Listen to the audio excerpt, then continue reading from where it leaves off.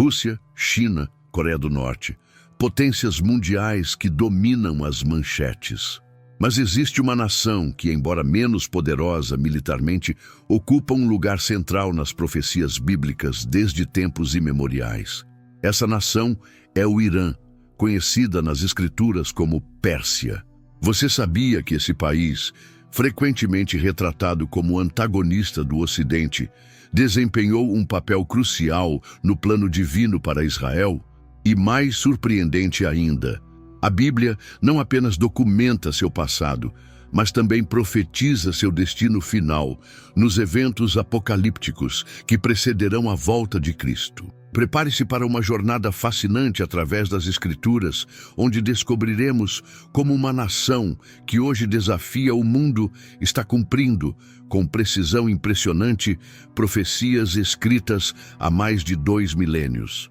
Bem-vindos ao Portal da Salvação. Antes de começarmos, se inscreva aqui no canal, ative o sininho das notificações e permaneça até o final, porque há um ensinamento transformador reservado para você. Quando pensamos no Irã hoje, o que vem à mente? Tensões nucleares, ameaças a Israel, alianças com potências como Rússia e China. Mas por trás dos titulares alarmantes existe uma história muito mais profunda. Uma história escrita não por jornalistas ou analistas políticos, mas pelo próprio Deus nas páginas da Bíblia Sagrada. O Irã não é apenas mais um país no mapa geopolítico, é uma peça fundamental no tabuleiro profético divino, desde o Gênesis até o Apocalipse. O que você vai descobrir hoje mudará completamente sua perspectiva sobre os eventos atuais no Oriente Médio. Você compreenderá como cada movimento dessa nação está alinhado com um plano estabelecido há milênios. E o mais impressionante, verá como Deus pode usar até mesmo nações que se opõem a Ele para cumprir seus propósitos eternos. Nossa jornada começa nas primeiras páginas da Bíblia, logo após o dilúvio que purificou a terra. Em Gênesis 10, encontramos a chamada Tábua das Nações, onde Deus revela como a humanidade se espalhou após o cataclismo. Entre os descendentes que repovoaram a terra, 2 nomes se destacam como ancestrais da futura Pérsia: Madai, filho de Jafé, e Elão, filho de Sem. Os descendentes de Madai estabeleceram-se nas regiões montanhosas do norte do atual Irã, tornando-se conhecidos como os Medos, um povo resiliente, guerreiro, forjado pela dureza do terreno e do clima. Já os Elamitas, descendentes de Elão, ocuparam as planícies férteis do sudoeste, próximas ao Golfo Pérsico, desenvolvendo uma civilização avançada para sua época. A primeira menção significativa dos Elamitas em ação ocorre em Gênesis 14, quando seu rei, Quedorlaomer, lidera uma coalizão de monarcas orientais numa invasão a Canaã. Eles saqueiam cidades, capturam prisioneiros e levam Ló, sobrinho de Abraão. Este episódio revela algo crucial. Desde os primórdios, os povos que formariam a Pérsia já interagiam com a linhagem da promessa divina. A resposta de Abraão foi extraordinária. Com apenas 318 servos treinados, perseguiu os invasores, derrotou-os numa batalha noturna e resgatou todos os cativos.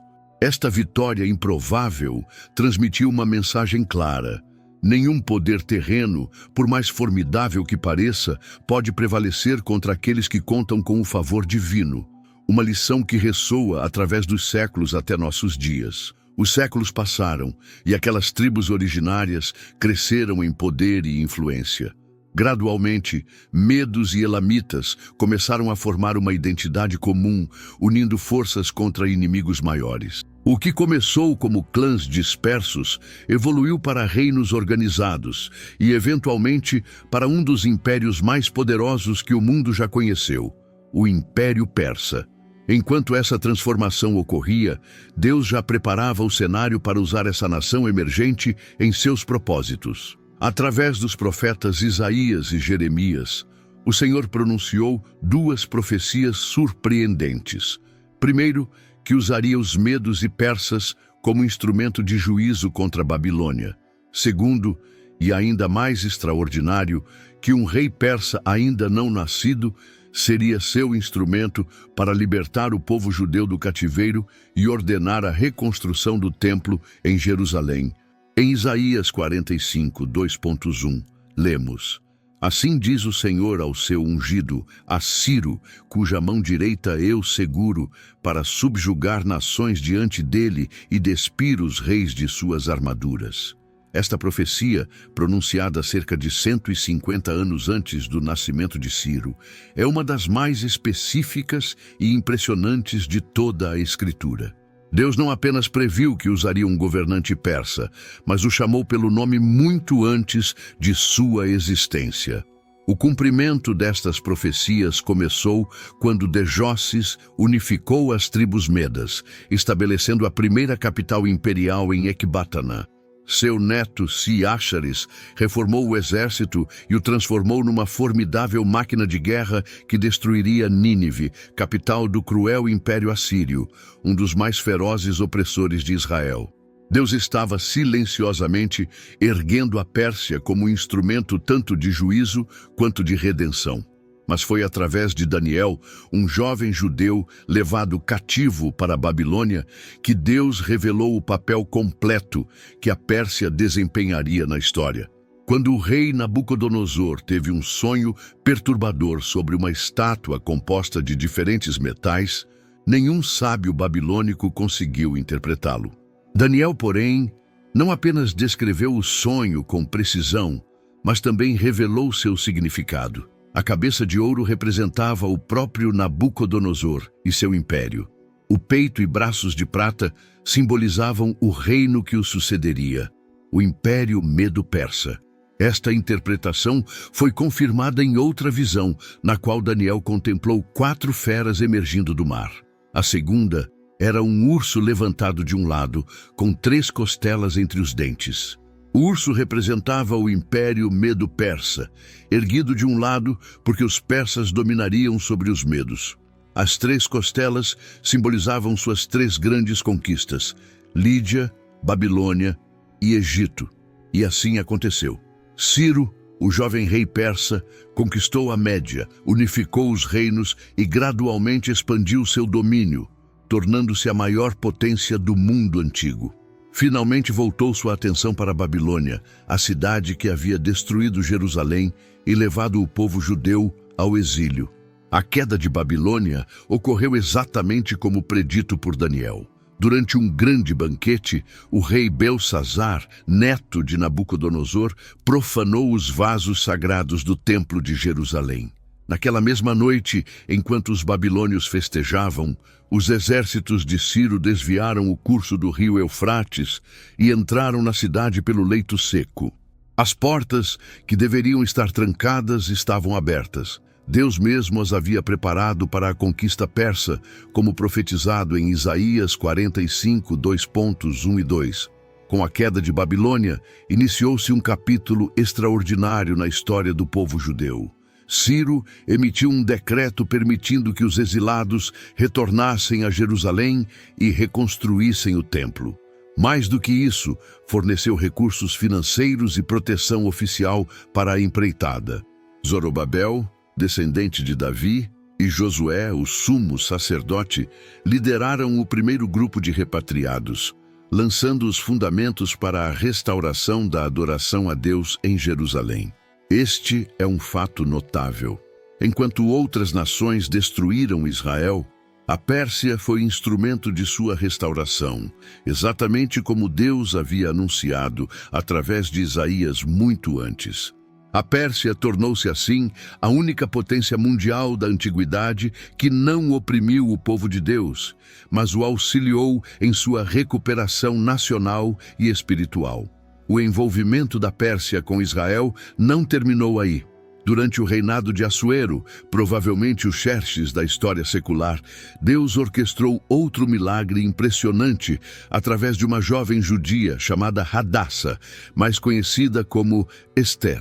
Após a deposição da rainha Vasti, Ester foi escolhida para ser a nova rainha, sem que sua identidade judaica fosse revelada. Enquanto isso, Amã, um alto oficial descendente dos Amalequitas, inimigos históricos de Israel, planejava o extermínio de todos os judeus no império. Quando Mardoqueu, primo de Ester, recusou-se a se prostrar diante de Amã, este convenceu o rei a emitir um decreto autorizando o massacre de todos os judeus em um dia específico. Diante desta ameaça, Ester arriscou sua vida apresentando-se diante do rei sem ser chamada, um ato punível com morte. Contudo, Deus concedeu-lhe favor, e através de uma série de eventos providenciais, o plano de Amã foi frustrado, ele mesmo foi executado, e os judeus receberam permissão para se defender de seus inimigos. A história de Ester demonstra como Deus pode usar pessoas comuns em posições estratégicas para realizar seus propósitos. Mais importante, revela como a Pérsia, mesmo sendo uma nação pagã, continuou sendo palco da intervenção divina em favor de Israel. Após estes eventos, a Pérsia parece desaparecer do relato bíblico por alguns séculos. No entanto, quando o momento mais crucial da história humana se aproximava, o nascimento do Messias, representantes da antiga Pérsia reapareceram em cena. No Evangelho de Mateus, lemos sobre magos que vieram do Oriente a Jerusalém, seguindo uma estrela para adorar o recém-nascido Rei dos Judeus. Embora o texto não especifique sua nacionalidade, evidências históricas sugerem fortemente que eram sábios da região da antiga Pérsia. A palavra grega magoi refere-se a uma classe de sacerdotes astrônomos que ocupavam posições de prestígio na sociedade persa. É provável que estes homens conhecessem as profecias de Daniel, que havia servido nas cortes de Babilônia e Pérsia séculos antes. Daniel 9:25 e 26 fornece um cálculo preciso do tempo que decorreria entre a ordem para reconstruir Jerusalém e a vinda do Messias. Se os magos estavam familiarizados com esta profecia, compreenderiam que o tempo do cumprimento estava próximo. Assim, quando observaram o fenômeno celeste extraordinário, interpretaram-no corretamente como o sinal do nascimento do Rei Prometido. Sua jornada a Belém representa o reconhecimento, por parte da antiga Pérsia, da divindade e realeza de Jesus. Um testemunho notável da contínua conexão entre esta nação e o plano redentor de Deus. Contudo, a história bíblica do Irã-Pérsia não termina com os magos em Belém. As Escrituras também revelam seu papel nos eventos finais da história humana, através das visões proféticas de Ezequiel. No capítulo 38, o profeta descreve uma coalizão de nações que nos últimos dias se levantará contra Israel restaurado.